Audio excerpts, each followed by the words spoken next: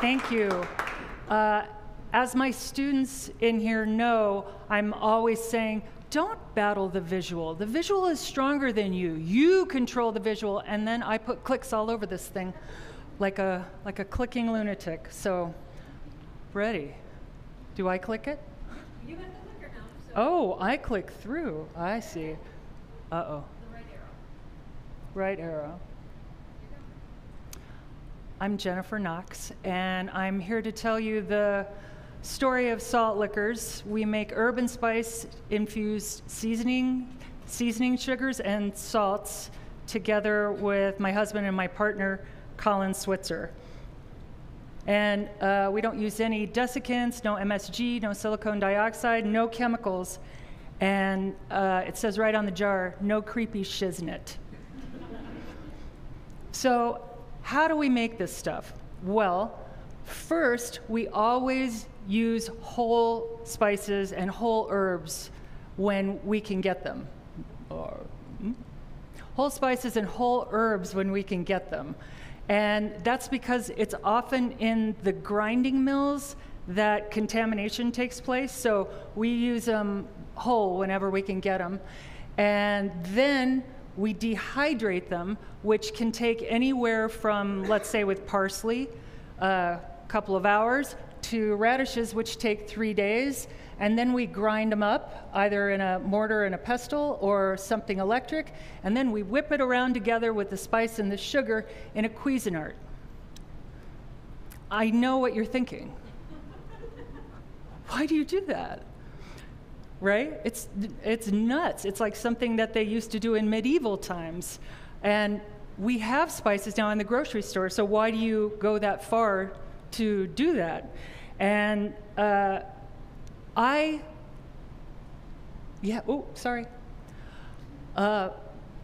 love art. And I love watching the moisture flee out of cucumber slices and orange slices, and these are little pineapple birds that you make on the dehydrator. So I like it slow and unfortunately very complicated, which is why there are clicks all over this speech. And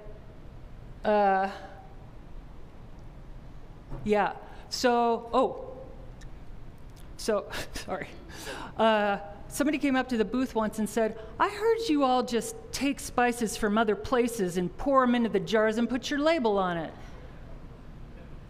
And I thought, now that's a good idea.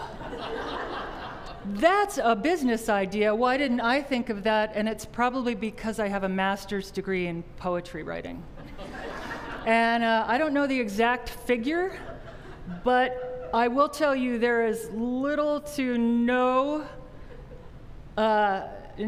intersection between money and poetry that I'm aware of. I started making the blends, not for money or, of course, to sell, just for fun, in my kitchen in 2011. Right here, if you poured anything down the sink, it popped up in the bathtub. So that was kind of cool. And because it was so narrow, I had to put the dehydrators all around the apartment, so it started to smell like a reptile pit at the zoo. And these are the first 4 blends I ever made, and they turned out really well. I couldn't believe it. All my friends and my family were complimenting, not me, because I get uncomfortable with that, they were complimenting the blends, and I love that.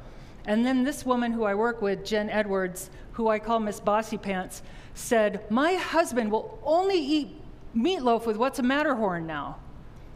I thought, well, that's not a problem. And she said, so you've got to start selling it. And I know that's money, right? Even though I got the poetry degree, I know it's money.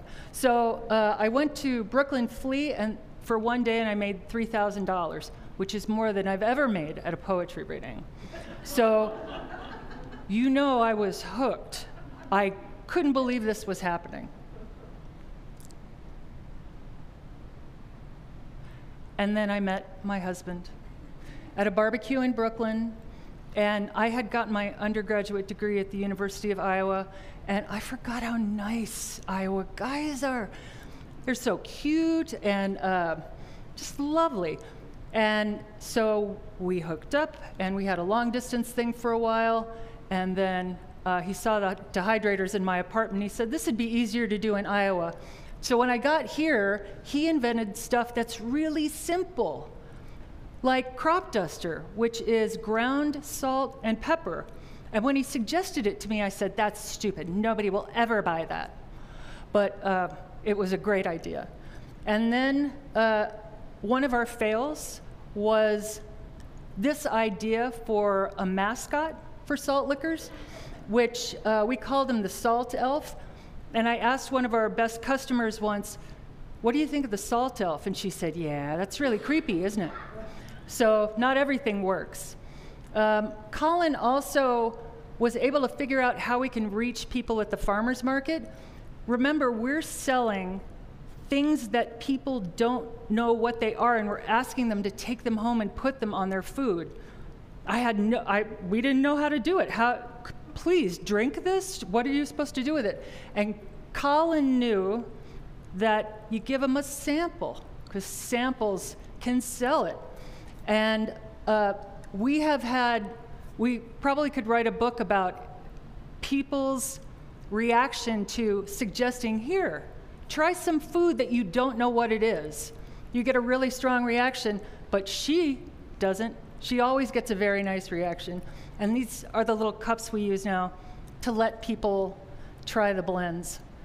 And sometimes you can find out a lot about a person by seeing how they do the sample. Some do like this, very daintily. Some take a little sip out of it. Some actually put it right here and flip. And then some people shoot the whole thing, but the people who say, put it in my hand, all of it in my hand, those are great people, and you know they know how to cook, that they're not afraid of getting the salt on them. So after we'd been doing this for 5 or 6 years, this is what amazed me, is how people were taking these things home and making all sorts of wonderful stuff with it. This is our GG allium free. So there are a lot of people who cannot eat onions or garlic. And they're in all spice blends because they're cheap and it's very easy to load chemicals onto them. But we don't have to put those in because we make every batch one at a time. So we are very flexible in what we make. And the really amazing thing is how creative people get with the stuff. So I'm not big on compliments to myself, but I love seeing people be creative with the blends and do all kinds of terrific stuff. And this is an email that gotta go back. So these are the kids who grow up with the blends. I mean, look at this one. So that little bit of text was a young man, he had just gone off to college, and he said, I've grown up with these blends, and I can't start a new house without your flavors in it. So that has been the real joy, is connecting with people that way. Oh, God.